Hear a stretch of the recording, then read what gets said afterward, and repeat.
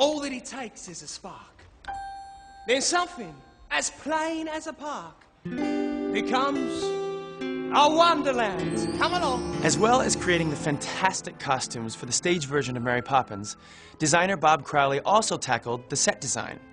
Everyone knows some of the locations from the film, but how do you go about bringing those to the stage? The stage show has to recreate some of the aspects that were in the film. The Banks house, the park, the rooftops where we perform Step in Time.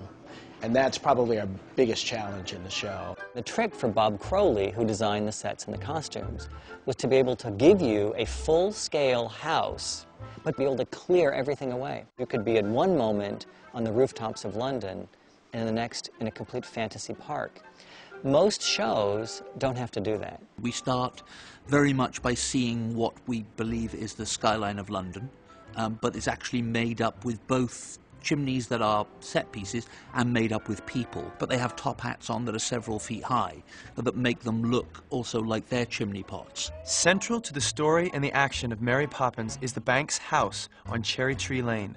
Bob Crowley designed an enormous life-size house weighing 5 tons, one of the largest and most complex automated pieces of scenery ever seen on the Broadway stage. We knew that the whole story revolved about being the house, one, and then a park, a magical park, where anything could happen. With the use of sliders that go across the stage, pieces of scenery that reveal things, we're able to see the greenery, which at first is black and grey, transformed into multicolours. After the show opened successfully in New York and London, the creative team faced the enormous challenge of sending the production out on tour. So Bob Crowley and his design team had to find a new way of creating the Banks family home without compromising any of the scale and grandeur of the original production. The first idea that Bob had was of doing a pop-up Edwardian house.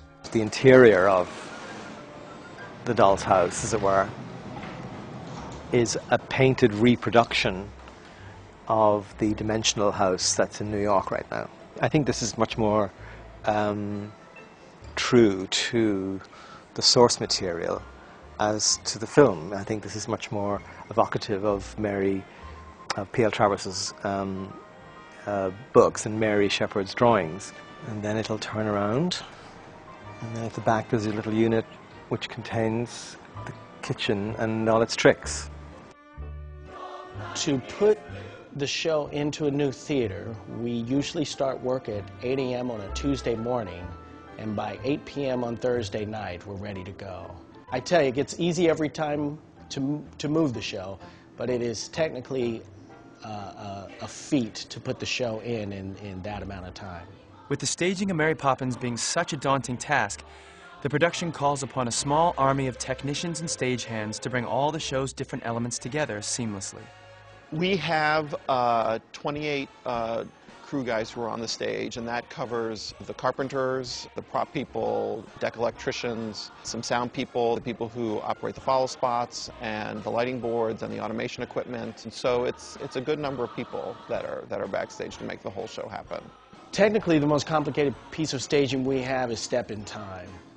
We transition from the nursery into the rooftops, and we go from 5 people on stage to 35 people on stage. When we're teaching a new person the show, it's actually just as important for them to learn the choreography that happens off stage as it is on stage, where their costume changes take place, where they do their makeup changes, their wig changes, and it all has to be coordinated with all the set stuff that's moving off backstage and all the prop guys trying to move new things into place while the number is going on. So it's quite a coordinated effort.